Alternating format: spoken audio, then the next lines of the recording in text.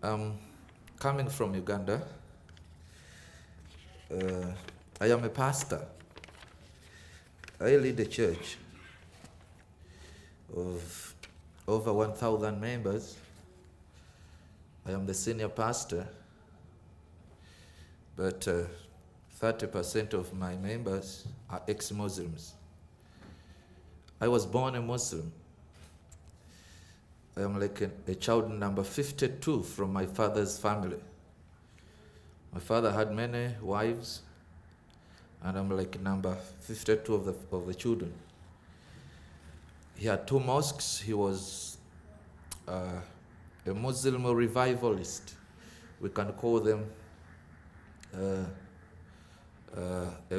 those people who took Islam in places and they dominated the area to an extent that the biggest portion of the place nearby us are full of Muslims only. And in our compound we had 2 mosques.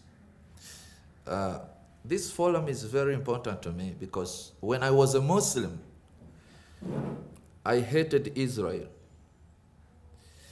The law of Islam says, وَلَا تَتَحِزُ يَهُدِيَّ وَنَصْرَانِيَّ أَوْلِيَاءَ. Never make a Jew or a Christian to be a friend. Much of the things we're talking about here are not only political, but the hatred against Israel is much orchestrated by religion than politics. I was staying in East Africa. It's far away. I could not even trace Israel from the map. But from age 5, I had hated the Jews.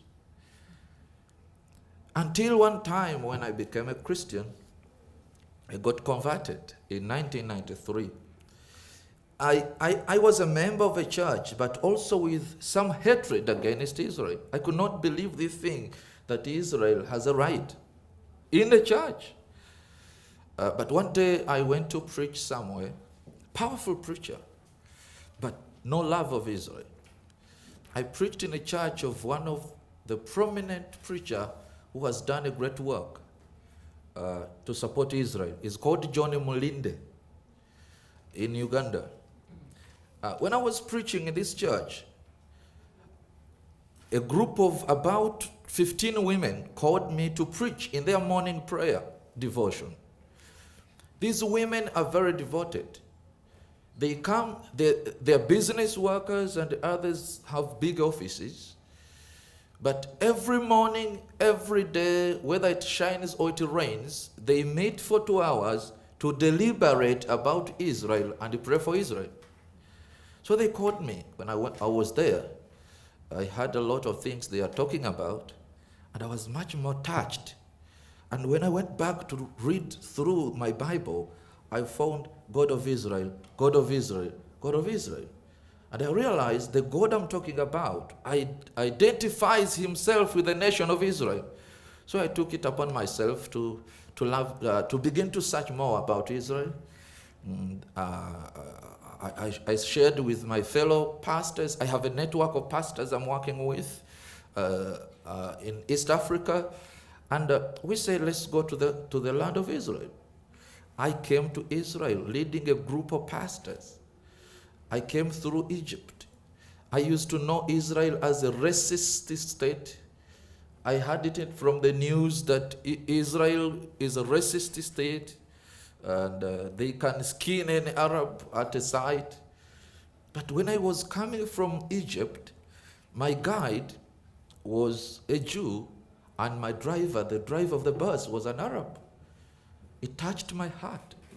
I stayed in different hotels around here and I saw Arabs. I came to understand that there are also Arabs in the parliament everywhere. So from then, I went back with a changed mind and I began to mobilize my people to love Israel.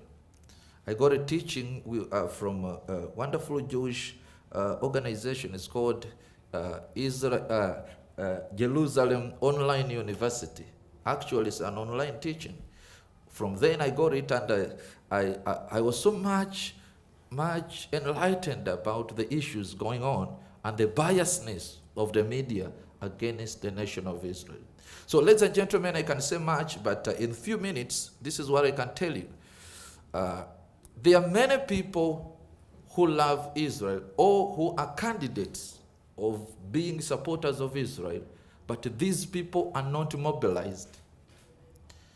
This forum must think about mobilization.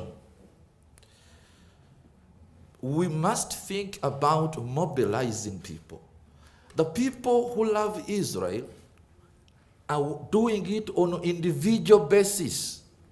It's not an entity. It's not a unit. It's not a force. That's why you find you are in a church, 100 people, 30 support Israel, and others does not. Yet the enemies of Israel are working as a unity. I will tell you today, we don't have a single nation. Actually, aside from America, because America is shifting from loving Israel, I'm sorry to say that. We have Canada today. Canada is coming in. But even though Canada is coming in, it's not supporting Israel as a state. No, it's few politicians and few people. But the enemies of Israel have got states with presidents, constitutions, and the entire state hating Israel. Amazingly, previously, the enemies of Israel has been those with Muslim majority. Why? I told you the law of Islam teaches to hate Israel, like it or not. That's why whatever bad thing happens to Israel, wherever Muslims are majority, they will celebrate. But now, the trend is changing. We need to be aware of this. The majority Muslims in a country have been hating Israel. But right now, even where Muslims are the minority, they have changed the system to convince governments to hate Israel. With these bandages on me, you see, I'm still strong. I'm not yet strong. All this face, I was burnt with acid because of converting from Islam and because of my work. I teach my people to love Israel in my country. Muslims in my country are only 12%. But they have changed the minds of people, the minds of the community, to an extent that when you see demonstration on the street, you may think that everybody hates Israel. In South Africa, we see a boycott of Israeli products in South Africa. Recently, I got an invitation and I went to South Africa with these bandages. The doctors allowed me to go. But I was mobilizing Christians because I'm an African person. It's a curse upon Africa if South Africa begin to boycott the products of Israel when South Africa is the biggest economy of Africa. So they called me in South Africa and I said I will go. But I told the people, it's amazing. Muslims in South Africa are just 1%. 1%. But they have managed to move the state with one minister who is a Muslim, Ibrahim, who is a Muslim or Minister of Foreign Affairs, and he has managed to change the entire trend of what is happening to an extent that they are strongly hating Israel today. That means that if 1% of the Muslims can change a trend, what will happen when they are 20%? That means that there is no country which is safe. So, I want to wind up by telling you, let's mobilize. Let's not talk individually. Let's mobilize. And let's sensitize. Sometimes we mobilize, bring teams in Israel, but we don't sensitize them. This is what I normally understood. If you bring them, they will see Bethlehem, they will see where, and they will see where. They will see the wall, and they will go back saying that Israel is closing itself in. But when you mobilize them, bring them here. I bring teams every year in Israel. I make sure I bring leaders. And God has given me favor to bring leaders. Now I work with Anglican Church. I work with evangelical. I'm an evangelical myself, but I work with Anglican Church. Recently, even when I was in the hospital, a group of reverends and bishops came in here. I made sure I sat them down to teach them the values of this nation and how to love this country and what Israel stands for. So let's sensitize We mobilize them, bring them in here, or sensitize them, and then take a stand. Another challenge has been those who support Israel, they support Israel in conferences like this. Closed doors.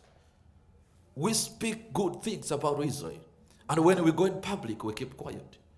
That's why you find the anti-Israel demonstration in New York will be strong. But this is a country, America, which has 200 million people who profess to be Christians. How can 1,000 Muslims demonstrate on the street and silence the 200 millions? The issue is, we love in the beds, we love in the churches, we don't love Israel in the public.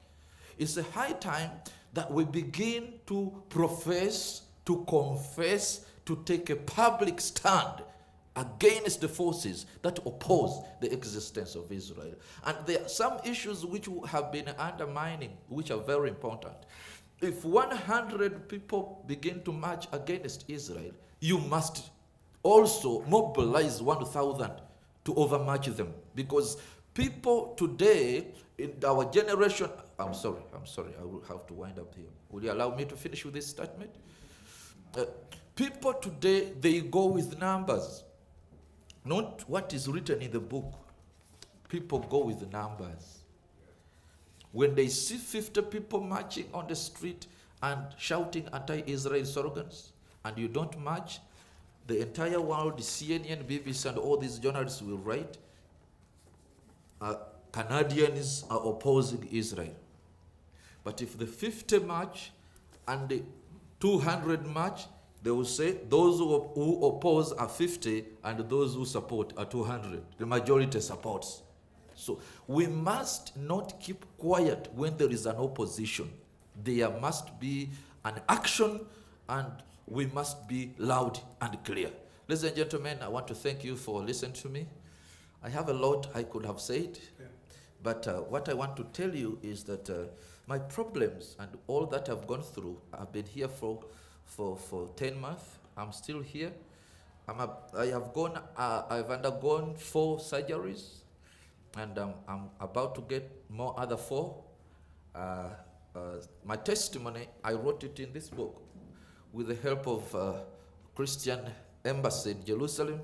Recently I was speaking in the Feast of Tabernacle, but they helped me to write this book, to raise some funds for me as I stay here, because my children are here, 2 of my children with me. The government of Israel has supported me and treated me well, and I get medical treatment free of charge in Sheba Hospital, the best in Ban Unit, Ban Unit. But I have to facilitate myself to be in this country, the accommodation, transport, and everything. If you like my testimony, you will have to buy from me this booklet, and it has all that I could have said. But what I'm saying, let's have a strategy, a clear one, to come against the force that is well organized against the nation of Israel. Today we have 53 nations working alongside against United Nations will. And these nations are members of the Organization of Islamic Countries or Conference. And it was made in 1967 after Israel got all the victory, and these people are all with the intention of defeating Israel at every forum. Thank you very much.